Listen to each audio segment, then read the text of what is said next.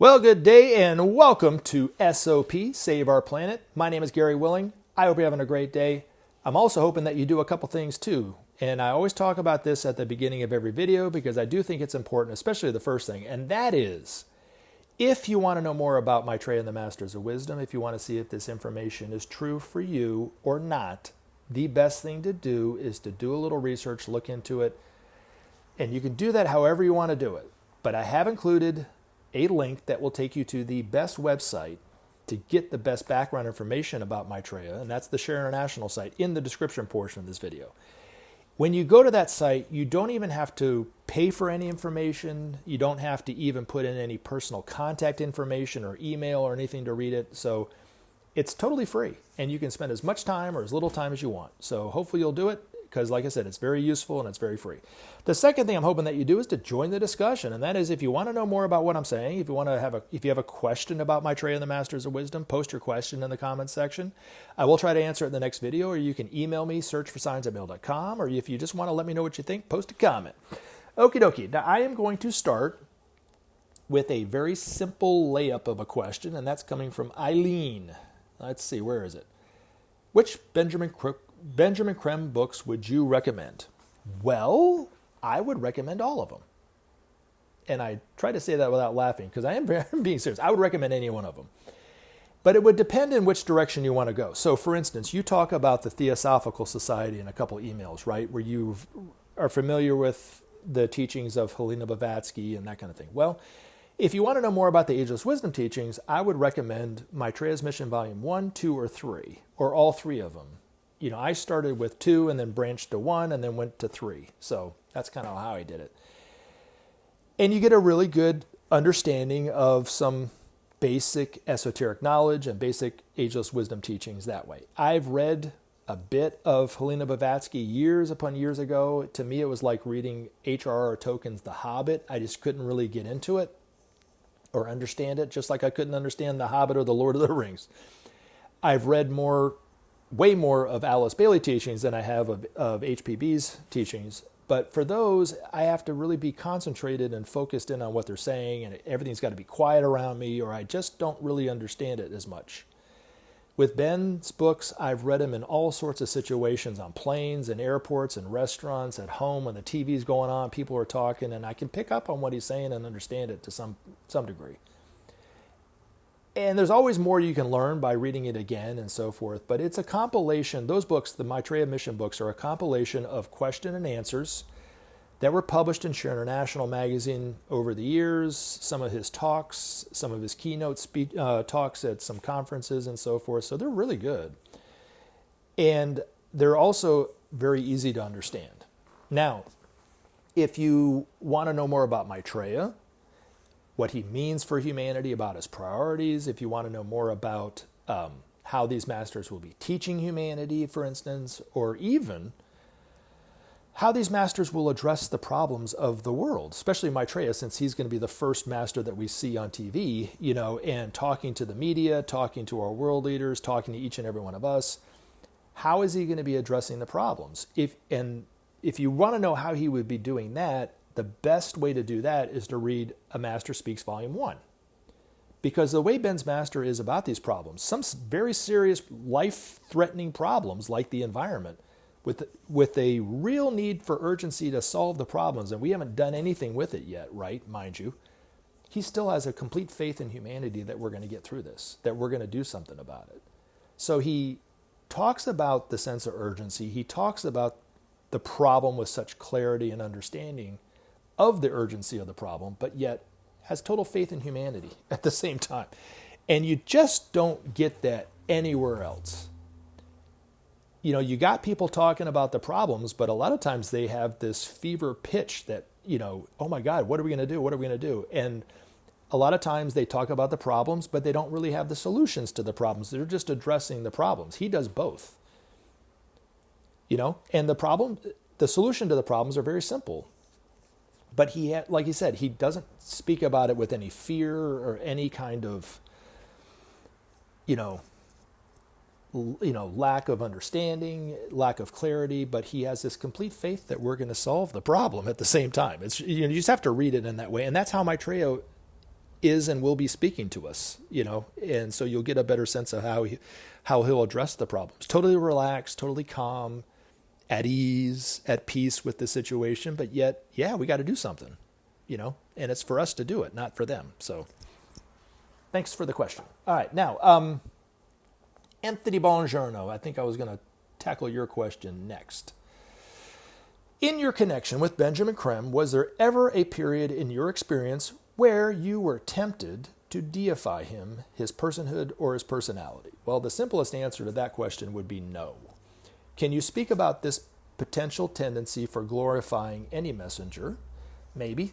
And is it ever warranted? No, it's not ever warranted. I don't even think Jesus wanted to be deified. I think that was all put in there after him, but that's a whole other video. Now, did that mean that I didn't look up to Benjamin Crème? Perhaps admire him a bit? I probably did. I know I did. And he shot me down every time I approached him in that way. That was one of the reasons why I felt some kind of way about some of the times that he interacted with me, because I was going to him, subconsciously at least, admiring him. And he didn't want to be admired at all. Because an admiration could lead to looking at and putting him up on this pedestal, whether it's deifying him or looking at him as something above me. You know what I mean? So yeah, he would shoot it down every time.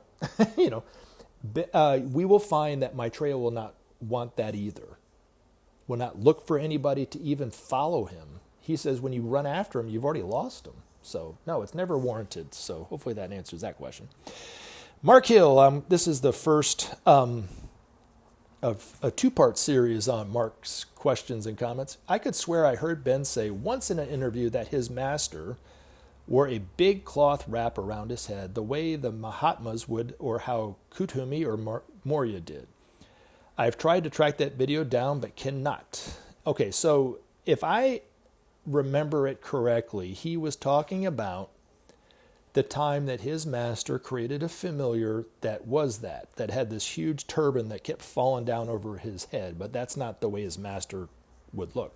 Any one of these masters, including Maitreya, will dress for the occasion. So if they're talking to Westerners, they would be wearing very nice suits. They can create clothes with thought, just as they can create a familiar thought form of a person in that way. But that's not exactly how he looks. So I don't think you would necessarily find it. But here's the thing, Mark. And this is what I wanted to really talk about, because I talked about this in the last video of how I was young when I first met Benjamin Crème. A lot of times I would come up and talk to him, and he would kind of interact with me in a way that made me feel some kind of way about the situation without getting into too much detail. And the best example would be something like this. So, for instance, you brought this to his attention. He would say, perhaps to you or somebody else, he would say, oh, and I'm being sarcastic when I say this, you've gotten so many right. Don't feel bad, but this, you're wrong. And that's not at all what I said, right? That's what he would say sometimes, right? And like I said, I'm being sarcastic. He never said anything like this, but for me, that's a good way of explaining. He was always very supportive of some people, right? And even though they got a lot of the things wrong, he was still very, very supportive of it. I brought it up to him. He would turn to me and go, why would you say something like that? That's just illusion. That's just glamour. You're wrong, right? Or something like that. And I would feel some kind of way about it. So anyway, but no, from what I remember, that was actually an experience that somebody had with a familiar that his master created as a lesson. So anyway, hopefully that helps. All right, moving on. And this is Ricky. Ricky, don't lose my number. All right, what is your opinion about Comet 3i Atlas? Have you heard of it? Maybe you can cover it in the next show, or in a coming show, excuse me. Could this be connected to the coming of Maitreya and or the Masters of Wisdom? So, have I heard of it? Yes, I have heard of it. Maybe I can cover it in the coming show. I'm doing that now. And what is my opinion of 3i Atlas? Well, and is there a connection between this and the Maitreya, Maitreya and the Masters of Wisdom coming out? I would have to guess that there's no connection between the two, but that's just a guess. I'm not saying that I'm right and somebody else is wrong for thinking that or suspecting that. I'm just saying that my guess would be there's no connection. And my other opinion would be you wouldn't even have to look up into the sky to see a connection between what's going on in the world today and the coming out of Maitreya and the Masters of Wisdom. And I'm going to talk about this in a second. So, I can tell you what it is not. It is not alien intelligence coming here from another galaxy or another dimension. We don't have any visitors from other galaxies or dimensions coming here as aliens. All the UFOs that are visiting our planet are coming here on a spiritual mission to keep us healthy enough to where we stop harming the environment like we do. But they are coming from no farther than our sister planets like Venus, Mars, Jupiter, and Saturn. They're not coming from another galaxy. And so it is not alien intelligence. That's one thing that I know it for certain it's not. And then second, it's not coming here and it's not going to hit Earth and destroy all life on this planet. So, because that's the other theory I've heard. So it's none of that. But what I was going to say is you don't have to look up into the sky to see any kind of connection between what's going on up there and what's going on down here. And what I mean by that is one of the things that I found to be most amazing, and I would even consider it to be a miracle, and a huge miracle at that, is the rallying cry from some of these right-wing political pundits, and I've named a few of them by name, Tucker Carlson, Candace Owens, even the late Charlie Kirk for a time was starting to talk about this, and I was starting to notice it before he was assassinated. And then some political figures such as Marjorie Taylor Greene, which prior to the summer, you would have never heard me quote anything about Marjorie Taylor Greene on this channel because, she probably would think I'm a nut, and I think she's a nut too. So, we're in agreement on that. But other than that, we didn't really see eye to eye on very much of anything. But even her, she's seeing something. I think what's going on with them is not only with them, but also with their constituents in her case, but with also the people that are supporting and listening to some of these people like Tucker Carlson, is there is a awakening within their hearts. They're starting to see somebody that's different than them, that they don't know, that has no connection to them, doesn't worship the same God as them, doesn't have the same language or the same culture or beliefs, different skin color, different, whatever. But yet they see an injustice and they're starting to wake up to that. And they're starting to be horrified by the fact that their country that they believed in for so long is the one that's really helping to perpetrate this injustice in the world. Now, the sad thing is they didn't see it earlier than this because the United States has been doing stuff like this for a very, very long time, But yet, most of those people, if we could go back in time just a few years ago, were totally fine with all the injustices that the United States were doing. Now they're starting to see it, and now it's a problem. So what happened? I think the love of Maitreya is starting to penetrate even their hearts that seem very closed. And they're going, oh, yeah, I can't live with that anymore. And once you see it, you can't unsee it anymore. And this is the start. It's a miracle. And it's an unexpected miracle from my perspective because I never in a million years thought that anything like this would be coming from the right. And it is. It's actually coming more from the right. They're championing the cause of peace now more than even people on the left are doing. Kind of crazy, The other thing, too, is they're exposing the corruption in their own party and not pointing so much at the other party as being corrupt, right? They're looking at their own parties. And I'm speaking in the case of Candace Owens, Tucker Carlson, and Marjorie Taylor Greene, but even others that I haven't mentioned are seeing the corruption in the Republican Party, and they're talking about that. And that is one of the really most unexpected miracles because they always towed the party line, and it seemed like they would just tow it to the ends of the earth no matter what. And now they're going, wait a minute, this is corruption. I can't buy into this anymore. And it really is astounding to see. And if you haven't seen it, just take some time and go on YouTube and start listening to what some of these people are saying, because it is totally unexpected as far as I'm concerned, right? So to see it come from the right is huge, because I always thought that the way this would play out would be more of the people in the middle and the left championing peace, championing justice in the world, and the people on the right being the obstructionists. Well, it's not necessarily the case. Now, is it? I was wrong.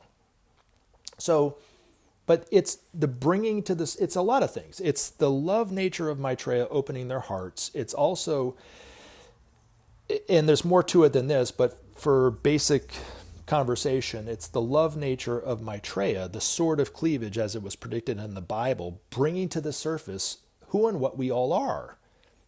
And it's also bringing to the surface all the corruption.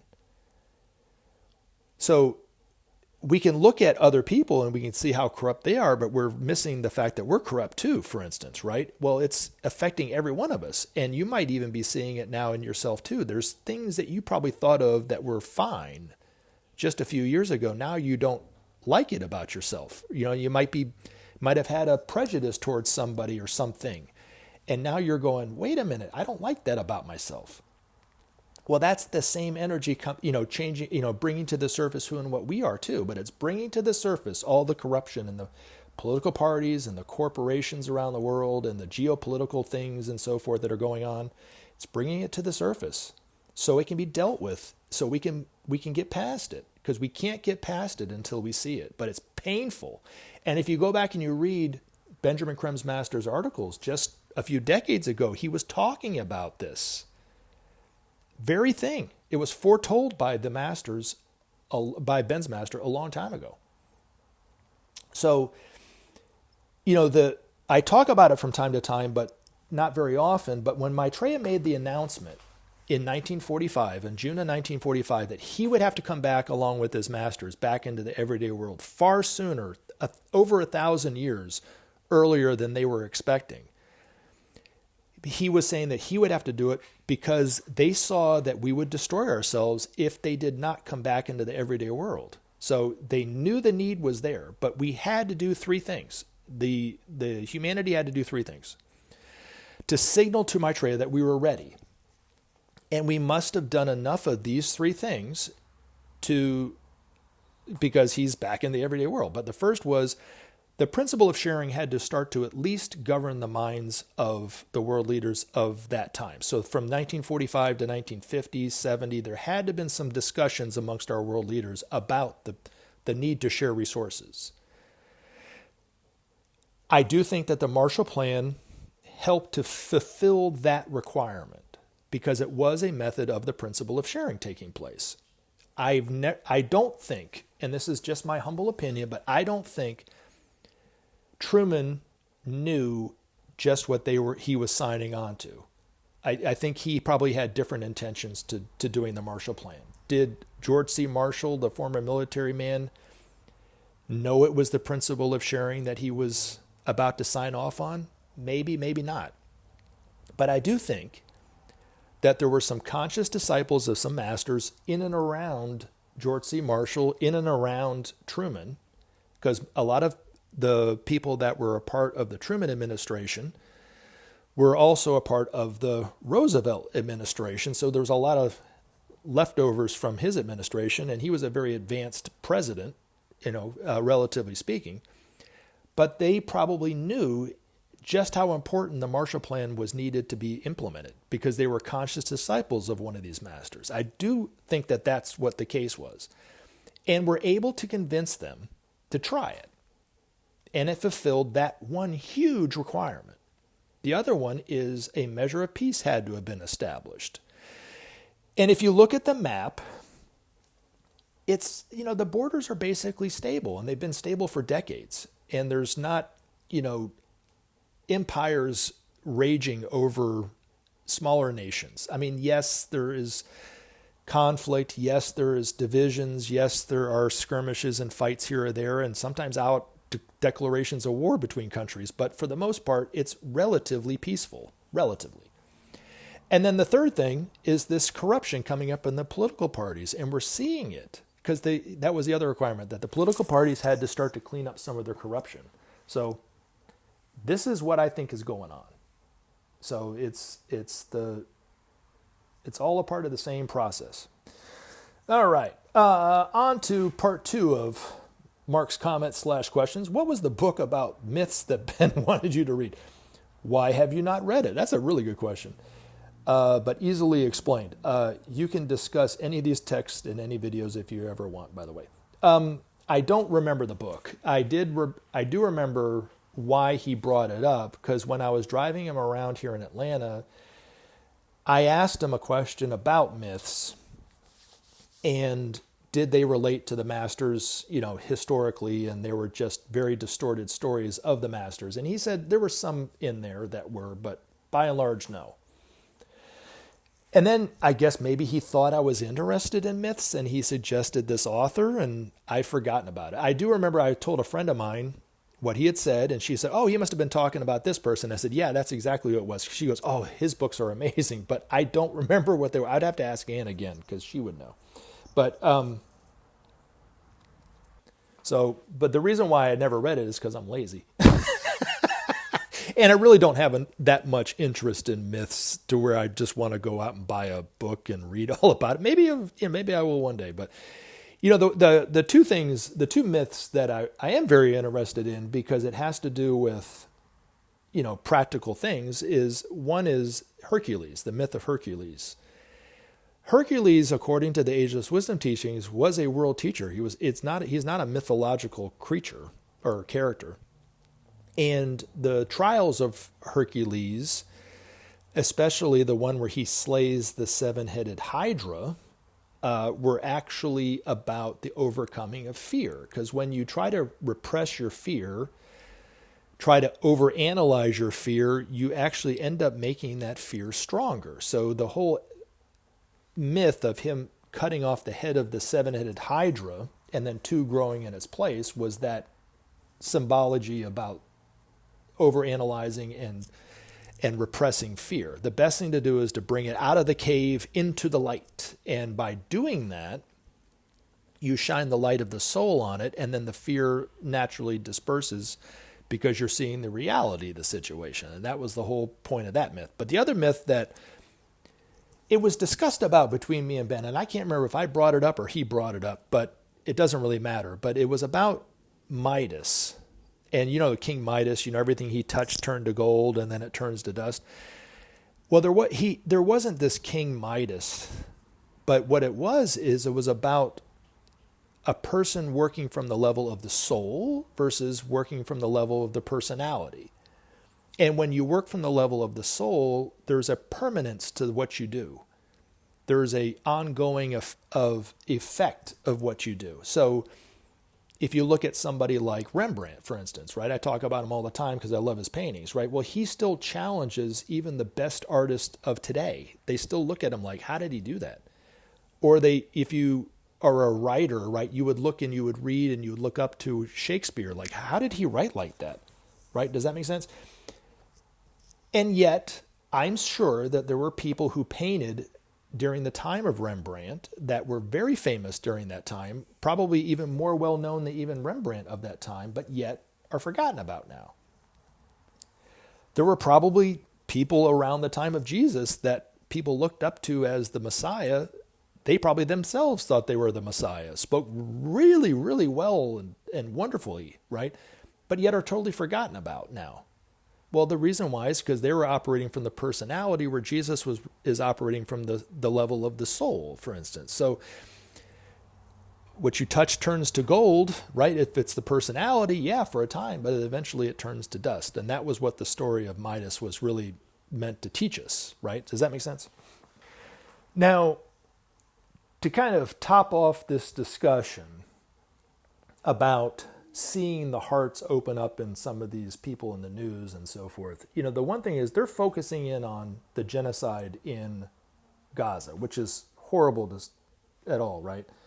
The fact that there are people starving in Gaza is awful.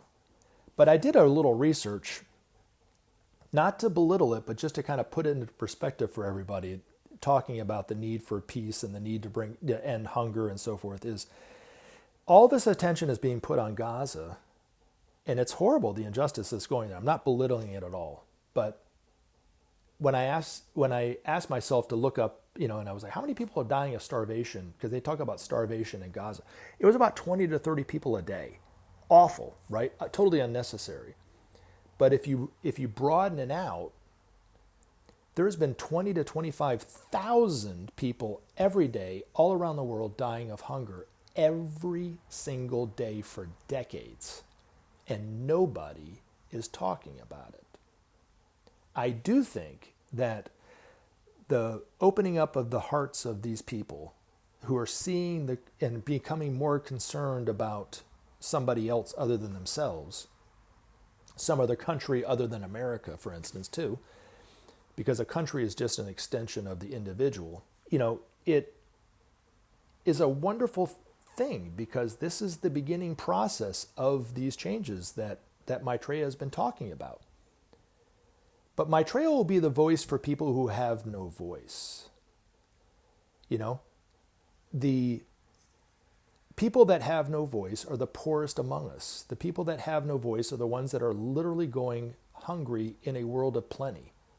Maitreya says nothing so moves him to grief but this shame. And yet we allow it to go on all the time. Most of us don't even think about it.